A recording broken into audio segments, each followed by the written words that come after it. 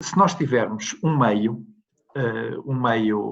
contínuo, a separação entre dois meios, mas um meio só, podemos imaginar que há uma separação entre os dois meios. Tenho moléculas de um lado, moléculas do outro, e esta separação pode ser uma separação virtual, ou seja, eu posso imaginar que há uma separação entre um lado e o outro lado. E esta superfície de separação tem uma normal N, está bem? E as partículas de um lado exercem forças sobre as partículas do outro lado. Naturalmente que, se eu estou a pensar nestas partículas, em relação a estas, as forças são forças de adesão. Portanto, estas partículas, este lado, exerce sobre este uma força que, neste ponto, pode ser uma força assim, uma força F. Está bem? Portanto, a força F é a força que um lado exerce no outro. Portanto, eu estou a imaginar um meio contínuo e dentro desse meio uma superfície de separação imaginária, abstrata. E representei ali a normal a essa superfície e a força que um lado exerce no outro naquele ponto. Eu acho que é natural admitir que se esta superfície for uma superfície pequena, digamos uma superfície que tenha um tamanho apenas ds, então é natural que esta força seja uma força também elementar dF. E é natural que esta força dF seja proporcional à área da superfície. Quer dizer que se a superfície esta aumentar, olha, vou pôr uma superfície menor. Se eu tiver aqui uma superfície menor, assim só, está bem? Então é natural que a força seja também menor, porque ela tem a ver com interações através de uma superfície menor. Portanto, há de haver uma relação entre a força e o tamanho da superfície, que é a área, onde ela se exerce. Pois bem, define-se tensão, como eu já disse na aula anterior, define-se tensão como o vetor que, multiplicado pela área, dá a força. Isto, como eu também já disse na aula anterior, é uma espécie de... tem algumas semelhanças com a pressão. Só que no caso da pressão, esta quantidade é um escalar. No caso da pressão, o que nós temos é a componente normal da força a dividir pela área da superfície. Mas nós aqui estamos a ir mais longe. Estamos a relacionar a força com a área e essa relação estabelece através desta relação, sendo certo que o T há de ser uma função de M. Está bem? O T há de ser uma função de M. Portanto, esta, se quiserem, é a definição de tensão. Eu vou aqui escrevê-la de uma outra forma. A tensão mais não é do que a força a dividir pela área da superfície elementar. Agora, o que é curioso é que neste mesmo ponto, a tensão não tem que ser necessariamente a mesma, pois depende também da superfície. Eu vou tentar desenhar ali outra superfície neste mesmo ponto. Se eu, neste mesmo ponto, tiver uma superfície assim, estão a ver? Portanto, agora o ponto é o mesmo, a superfície é que é outra. Então, a normal agora já é esta. A normal agora já é esta. Se esta é a normal, então a força que esta parte exerce sobre esta, neste mesmo ponto, já não tem que ser esta. Pode ser, por exemplo, esta aqui assim. Qual é a conclusão? É que este t que aqui está, ele depende não só do n, não só do ponto, isto é, depende do sítio onde se está. Se este é o ponto P, se eu estiver aqui noutro ponto, naturalmente que a força é diferente, o ponto P'. Mas o que acontece é que no mesmo ponto esta tensão depende da normal N. Está bem? E agora, para estudarmos esta dependência, para estudarmos a dependência entre, vou parar esta, para já limpar, estudar a dependência da tensão com a normal. E para isso, para fazer esse estudo, eu vou precisar de considerar uma espécie de um tetraedro dentro da matéria, como este que eu tenho na mão, só que este está em ponto grande. E para definir as coisas, eu já fiz um vídeo, porque não tinha possibilidade de fazer aqui online, e é esse pequeno vídeo que nós agora vamos ver. Quando estudamos as tensões em materiais, vamos precisar de considerar um elemento de matéria com a forma de um tetraedro, a forma precisamente do objeto que eu tenho aqui na mão. O tetraedro tem 4 faces, 1, 2, 3, 4, e estes são os eixos coordenados x, y e z, e tenho aqui representados também os vetores unitários perpendiculares a cada uma das faces. Como veem, isto é um vetor unitário perpendicular a esta face. Nós vamos designar as faces por 1, 2 e 3. Olhem, este é o eixo do x, logo esta é a face 1. Este é o eixo dos y, logo a face que lhe é perpendicular é a face 2. Este é o eixo dos z, logo esta é a face 3. E vamos designar este vetor unitário por m, e cada um destes vetores unitários já tem um nome natural. Se esta é a face perpendicular ao eixo dos y, é a face 2, então este vetor unitário é o vetor menos E2, menos porque aponta em sentido contrário à direção positiva do eixo dos y. Da mesma maneira, se esta é a direção positiva do eixo do x, sentido positivo, então a direção deste vetor perpendicular à face 1 é menos E1 e, naturalmente e analogamente, este vetor que aponta para baixo é o vetor menos E3.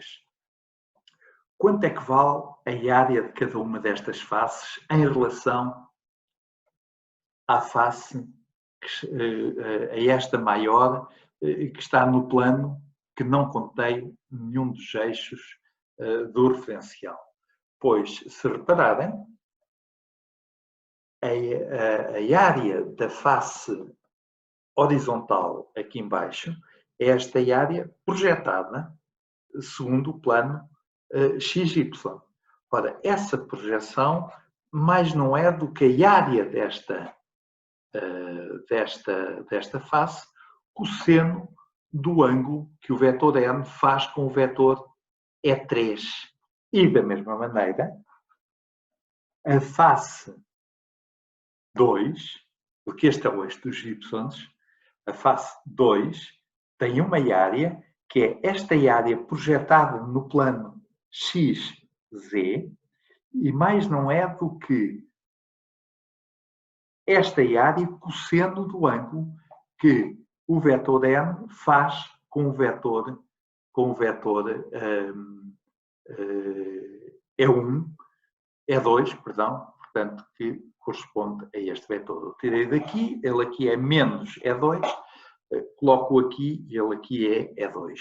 Ou seja, cada uma destas faces, de baixo, de lado e de lado, tem uma área que é a área desta face vezes o cosseno das direções que o n faz com os versores dos eixos x, y e z, ou x1, x2 e x3. Mas esses cossenos desses ângulos podem-se escrever como o produto escalar de n escalar n1 ou de n para a face, desculpem, esta é a face 2, n escalar é 2, para esta face 2, para a face 1 será n escalar é 1, vamos ver se eu consigo mostrar, e para a face 3, então, será n escalar é 3. Este E3 é bem vertical. E este resultado, que então eu aqui sintetizo, se este tiver área S, cada um destes tem uma área que é S vezes N escalar os versores E1, E2 e E3. Eu acabei de considerar um meio que tem uma superfície imaginária lá dentro, uma normal N e uma força dF que é proporcional à área. E porquê é que é proporcional à área? Pois, naturalmente, se ds duplicar, o df duplica. Se triplicar, o df triplica. E esta tensão, além de ser função desta orientação, também é função de ponto. Muda daqui para aqui, está sempre a mudar. Portanto, depende de duas coisas. Geralmente, o que é que nós consideramos? Consideramos que a tensão T é relativa à força que as partículas que estão do lado para onde aponta N exercem sobre as partículas do outro lado. Esta é o tetraedro que eu há bocadinho mostrei, portanto, este é o versor N. Este aqui são os versores E1, E2 e E3, e naturalmente que esta face, sendo a face 2, porque ela é perpendicular ao eixo x2, tem um versor normal que é menos E2.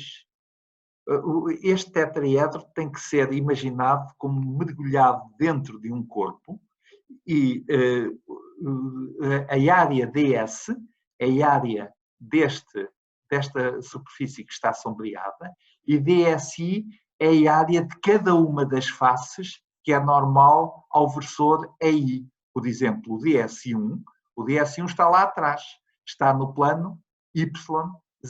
O DS1 é a projeção de DS sobre o plano coordenado definido pelos versores E2 e E3. Ou seja, é a projeção, o DS1, que está ali indicado, é a projeção de DS no plano YZ. E, portanto, analogamente para os outros, o que é que nós podemos então dizer? Que cada uma das áreas das superfícies que estão nos planos que contêm os eixos coordenados, D, S e I, ou seja, são as áreas do tetraedro a de baixo e as dos lados, não esta sombreada inclinada, mas não é do que a área da inclinada, a multiplicar pelo cosseno que este vetor unitário faz com cada um dos vetores unitários que ali está. Eu depois,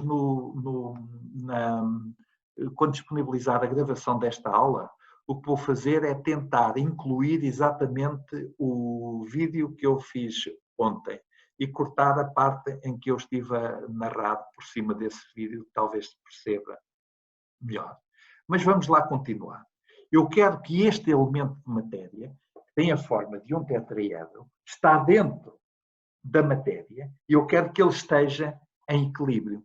O que é que isso significa? Isso significa que as forças que atuam sobre as quatro faces, sobre esta face, sobre esta face, sobre esta face, sobre por trás, sobre todas estas forças, são forças que têm que se anular. É claro que perguntam, mas estas forças são só forças de superfície. E agora o que eu respondo é isto, é que vimos na aula teórico-prática que os volumes, quando são pequenos, desaparecem mais depressa do que as superfícies. O que significa que as forças de volume, como por exemplo o peso é proporcional ao volume, porque é a densidade vezes o volume deste objeto. Mas comparado com as forças de superfície, que se chamam forças de tensão, isso pode ser desprezado. E então o que nós vamos apenas considerar são as forças de tensão, o dF é igual a T ds. E agora temos que o ds T de n mais o ds1 T de menos G1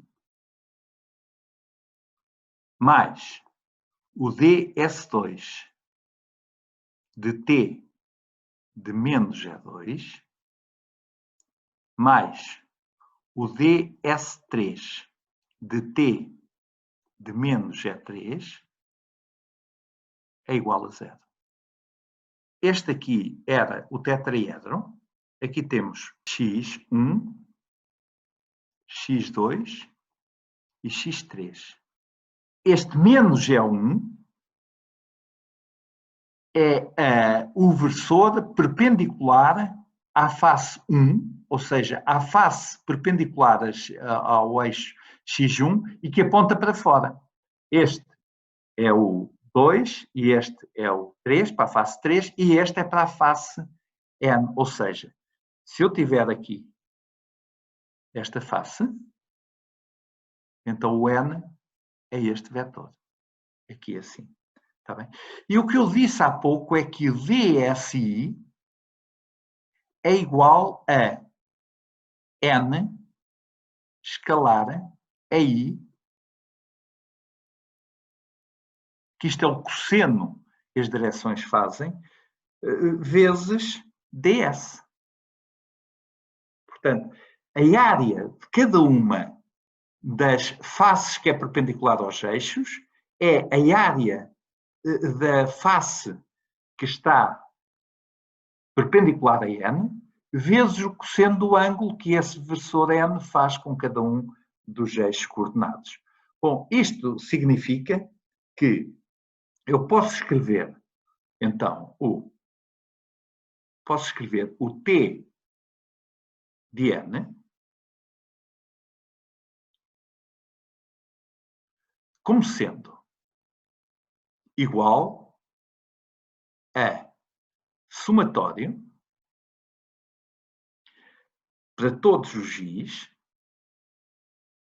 de n escalar a i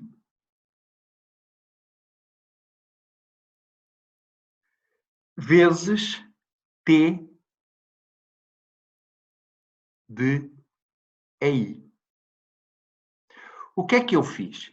Eu passei estes que aqui estão para o segundo membro. Tudo isto tem que ser igual a zero. Tudo isto tem que ser igual a zero. A soma deste, mais este, mais este, mais este, tem que ser igual a zero. E agora passo estes todos para o outro lado e fico com um sinal mais. Isto porquê? Isto pelo seguinte.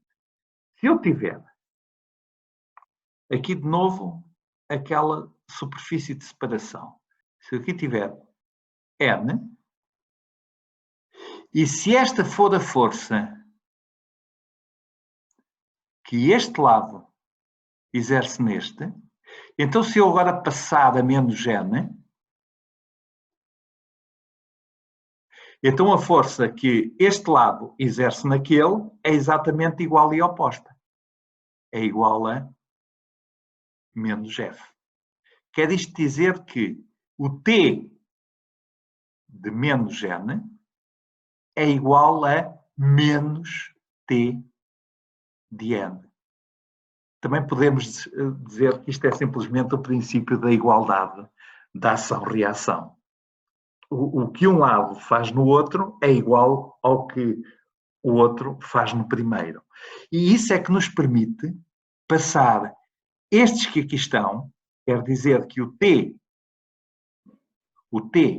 de menos E1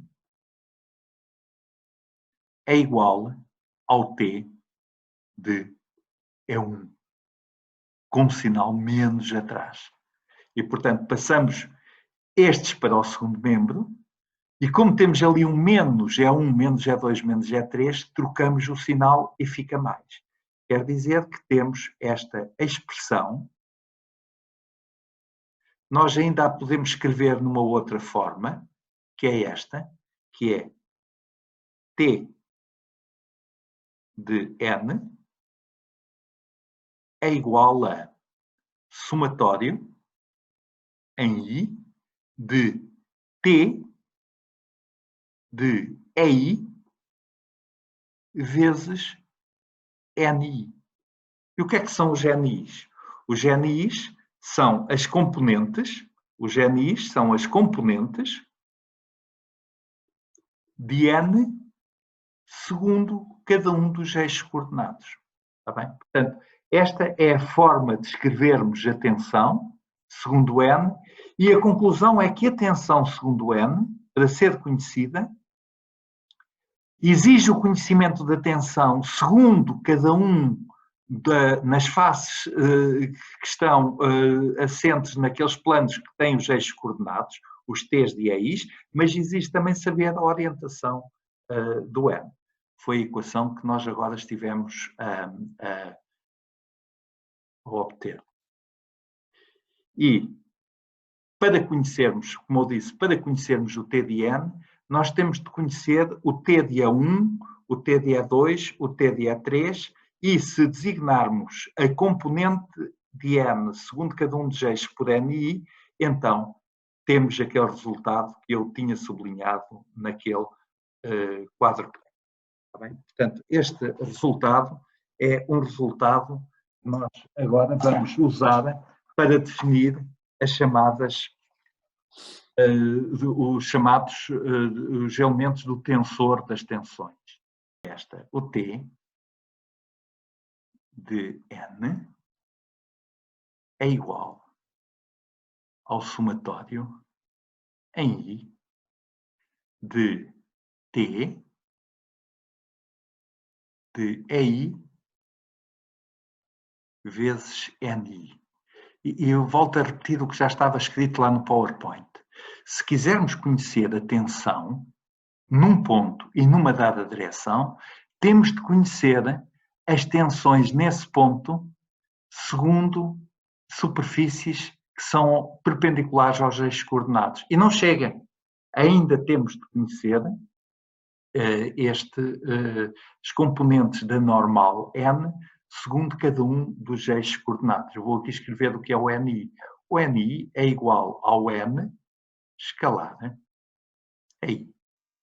Mas o tensor, ou melhor, desculpem, o vetor, a tensão T, mais não é do que um vetor normal. Portanto, eu posso sempre escrever o T de N como sendo o somatório de TI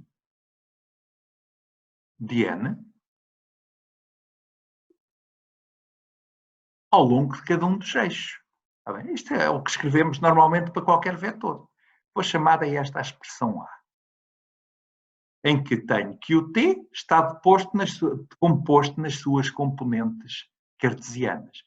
E também posso decompor nas suas componentes cartesianas cada um dos vetores T, mas agora já ao longo relativos às faces perpendiculares x1, x2, x3. E, naturalmente, isto também vai ser uma soma em J, e esta soma em J vai ter aqui vetores J. Eu já não posso aqui usar o índice, sabem porquê? Porque já o usei ali. E agora o que é que eu aqui vou pôr? Vou pôr as componentes de T segundo a face I nas direções E1, E2, E3. E essas componentes... eu até vou escolher aqui uma cor bonita. Essas componentes são designadas por sigma I e J. O que é o sigma I e J, então? O sigma I e J é a componente de T relativa à face I nas direções EJ. Eu vou chamar a esta a expressão B. Nós agora podemos introduzir este que aqui está ali em cima. E o que é que fica? Ficamos com T de N igual a somatório em I. Somatório em I. Somatório em I de quê? De T de I. Mas este T de I é também um somatório em J. De sigma I J. E agora temos N I, tal como está aqui em cima, vezes E J. Portanto, o que eu acabo de fazer, mais não é do que pegar nesta expressão, que aqui está, e introduzi-la ali em cima. E esta é a expressão C. Eu agora vou comparar C com A. Vamos comparar estas duas. Se compararmos estas duas, o que é que nós podemos dizer relativamente a estas quantidades? Ah, mas eu para as comparar tenho que fazer uma outra coisa, que é aqui está a EJ, não é? Então vou fazer este pequeno truque. Aqui em cima vou pôr, em vez de I, vou pôr J. Aqui em vez de I vou pôr J. E aqui em vez de I vou pôr J. É a mesma coisa, porque este é um índice mudo. Mas agora já posso fazer uma comparação direta entre a expressão A e a expressão C. Como é que resulta essa comparação? Resulta assim. Resulta que o T... peço desculpa. Este T agora já não é vetor. O T, componente J, é igual a componente J de segunda direção, segundo N, claro.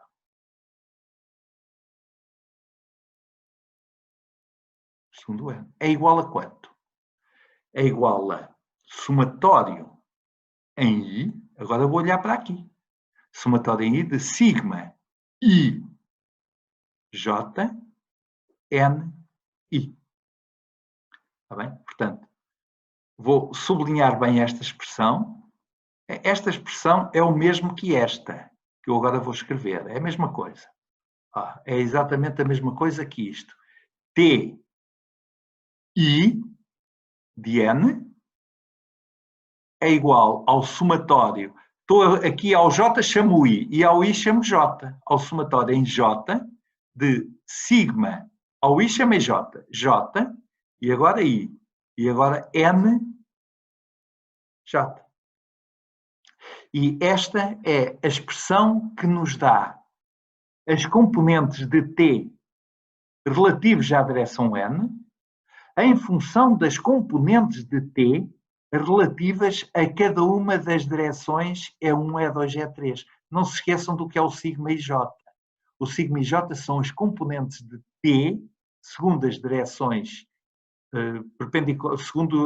relativos às faces perpendiculares às direções 1, 2 e 3, segundo as direções 1, 2 e 3. Quer dizer, este sigma que aqui está, que se chama tensor das tensões, o nome das tensões acho que é relativamente fácil de compreender, porque refere-se às tensões. Agora, se é tensor ou não é tensor, isso é o que ainda temos de averiguar. Mas eu vou tentar agora repetir o que eu fiz interativamente, usando novamente o PowerPoint. Se escrevermos o vetor T em termos das componentes, também o fiz, há bocadinho julgo que chamei esta a expressão A, então temos que o T pode ser expresso desta maneira, e chegamos a este resultado que eu há bocadinho obtive. Só que há bocadinho eu depois transformei o J em I e o I em J. Esta foi a expressão que eu obtive. Mas falta ainda mostrar que, de facto, o sigma e J é um tensor. Eu vou aqui tentar resumir agora com esta imagem para ver se isto fica mais claro. Nós temos aqui o tal tetraedro, isto em sala de aula presencial, já o fiz grande causa das aulas, agora acontece que eu não me cabe não me cabe na câmara do computador. Tenho que arranjar uma câmara melhor, que tenha uma grande angular. Então o que nós temos é esta face amarela, que tem um versor perpendicular que é N, e depois temos as faces que contêm eixos coordenados. E essas faces têm normais que são E1, E2 e E3. E as áreas, a face ABC, que é a face inclinada, tem uma área DS, e todas as outras são as projeções de DS segundo os planos coordenados, ou em XY em baixo, ou em XZ, ou em YZ. E, portanto, difere da área DS, porque é a área DS a multiplicar por um cosseno. Esse cosseno mais não é do que o produto escalar de N por aí. Agora temos aqui as forças, ou melhor, as tensões. Para termos as forças, basta multiplicar pela área. Portanto, força a dividir pela área é tensão. Temos aqui uma tensão, temos ali outra tensão. Olha, esta que aqui está é a tensão T1, esta tensão é a tensão T2, esta tensão é a tensão T3, e a soma de todas estas tensões, T mais a tensão 1, mais a 2, mais a 3, tem que dar 0. E, portanto, o que nós temos é, basicamente, as tensões sigma são componentes segundo de uma matriz. Eu ainda não mostrei que esta matriz é um tensor, mas já vou fazê-lo. E isto significa o seguinte, significa que o que é o sigma 1,1? O sigma 1 é a tensão na face 1 na direção 1. E o que é o sigma 1,2? É a componente da tensão na face 1, só que agora na direção Y. E o que é o sigma 1,3? É a tensão na face 1, mas na direção Z, que é para cima. Está bem? E esta linha o que é que representa? Esta linha agora diz respeito à face 2, que é esta. Face 2 é a face perpendicular ao eixo 2, x2, que é o eixo dos y. O que é o sigma 2,2? Começar por este. É a tensão na face 2, segundo a direção 2. E o que é o sigma 2,1? É a tensão na face 2, segundo a direção 1. E o que é o sigma 2,3? É a tensão na face 2, agora na direção 3. E o mesmo aqui para este. Esta última linha desta matriz diz respeito a esta face cor de laranja, e agora esta face cor de laranja tem uma tensão que é T de E3. E esta tensão tem uma componente segundo Z, uma componente segundo X e uma componente segundo Y. Eu, por acaso, também aqui tenho esta mesma figura. Aqui, está bem? E, portanto, o que eu acabo de dizer é isto. É que eu não consigo pôr este vídeo, a minha imagem, em tamanho grande. Ainda tenho que aprender isso. Olha, se este for o eixo do X, este é o eixo do X, então esta face é a face 1. Se este for o eixo dos Y, então esta face é a face 2. E em cada uma das faces, nós temos uma tensão que é vertical, que é a tensão na face 2, na direção 3. Temos esta tensão, que é a tensão na face 2, na direção 1. E depois ainda temos esta, que é a tensão na face. Esta é a tensão na face 2, na direção 2. Está bem?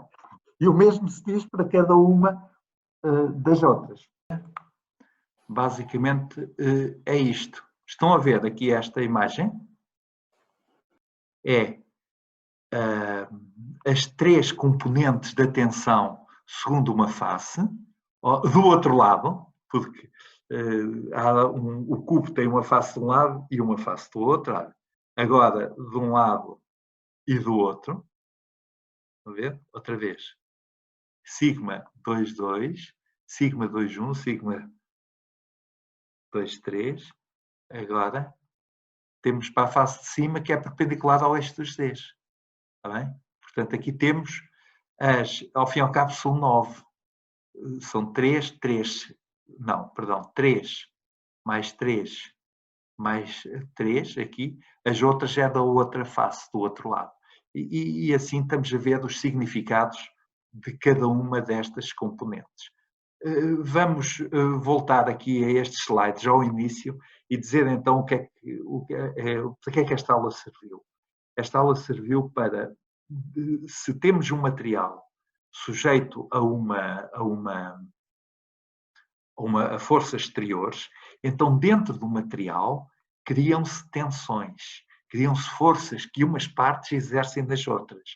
Olha, isto já vos mostrei na aula anterior, mas volto a mostrar. A uma distância x, aqui de uma certa origem, nós temos, fazendo um corte numa direção qualquer, nós temos aqui uma direção n e eu quero saber qual é a condição de equilíbrio para um elemento de matéria que ali esteja.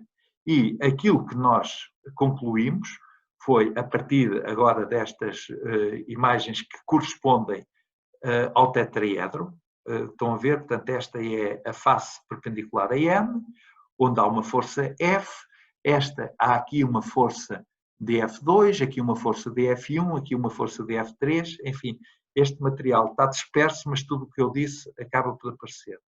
Isto são os slides que estão disponíveis desde o princípio do ano. Esta condição, volto a dizer, é uma condição importante, porque ela diz-nos que a tensão relativa ao versor N é menos a tensão relativa ao versor menos N. Isto pode-se dizer em poucas palavras, afirmando que esta expressão mais não traduz do que o princípio da igualdade da ação-reação. Aqui para tensões, mas se multiplicamos pela área temos as forças. Bom, e agora temos isto que acabámos de ver. Está bem? Há uma coisa que ainda nos falta fazer e que vamos fazer já de seguida e que é a seguinte. É que estas quantidades que nós aqui definimos são elementos de uma matriz, mas ainda não sabemos que natureza tem essa matriz. E aquilo que eu vou mostrar é que essa matriz tem uma natureza de tensor de segunda ordem. Se eu voltar aqui atrás ainda, olhem bem para esta equação. Esta equação vai ser reescrita por mim agora no quadro branco. O TI era igual ao somatório em J de NJ e agora sigma JI. Atenção à ordem dos índices. Era esta que nós tínhamos. Esta era a ordem que nós tínhamos. Embora isto ainda seja igual ao somatório em J de sigma IJ, troquei os índices, NJ, mas agora tenho que aqui pôr um transposto, porque se eu troquei, se de JI passei a IJ, então tenho que pôr ali um transposto. E eu quero pôr aqui um transposto para quê? Para ter aqui um produto matricial. Estão a ver um sigma a multiplicar por um N. N1, N2, N3 e aqui sigma 1, sigma 1, 2. Enfim, isto vai dar o quê? Isto vai dar o T1, T2, T3. Estão a ver porque é que eu pus ali o transposto? É para ter um produto matricial, para ter o segundo índice a multiplicar por aquele que ali está. Bom, vou apagar isto. Para agora apelar ao nosso conhecimento sobre o que são vetores e tensores de segunda ordem. O que é um tensor de segunda ordem? Um tensor de segunda ordem é um conjunto de 9 quantidades, T, que se transforma desta maneira. Alfa, T, alfatil. Em que alfa é a matriz da transformação. Ou então, T igual a alfa-til, T', alfa. Portanto, tudo isto são estas duas equações, uma ou outra, traduz o caráter tensorial da quantidade T. E já para vetores, o que nós temos é isto. Se T for um vetor, então isto significa que ele se transforma desta maneira. E o N é um vetor. Então, o N transforma-se desta maneira. Isto é vetor, e estes nós sabemos que são. O que nós não sabemos é a natureza deste. Mas sabemos escrever a equação de cima assim, T igual a alfa-til N. Esta é a equação, esta equação que aqui está, é a forma matricial de escrever esta. Grande erro. Eu estava a confundir o alfa, que é a matriz da transformação, com o sigma, que é o tensor das tensões. Esta equação aqui em cima pode ser escrita desta maneira. Mas então, isto significa que nós podemos escrever então T' igual a sigma linha N linha. Está bem? E agora vou buscar aquelas definições em cima, estas que aqui estão em cima, esta e esta. O T' é alfa T. O sigma linha, eu não sei o que é. Não sei o que é. Mas o N' sei. É alfa N. Se eu agora multiplicar à esquerda por alfa til e aqui também por alfa til, o que é que eu aqui obtenho? Obtenho a identidade. Então ficamos com T igual a alfa til sigma linha til alfa N. Ora, este é vetor. Este é vetor. E este que aqui está segue exatamente a regra de transformação deste. Este, o que é que se lhe deve chamar? A este deve-se-lhe chamar sigma til, que é igual a alfa til sigma linha til alfa. E esta é exatamente a regra de transformação do tensor. Que tensor é este que eu estou a falar? É o tensor sigma til é tensor. Mas sigma til é tensor, também sigma é tensor. Está então provado que aqueles elementos sigma e j fazem parte de uma matriz. E essa matriz é um tensor de segunda ordem. Este tensor sigma e j está aqui a ser representado por T, está bem?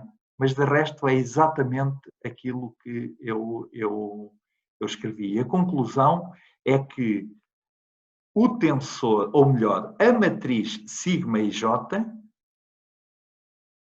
tem elementos que têm um comportamento que é o comportamento tensor de segunda ordem.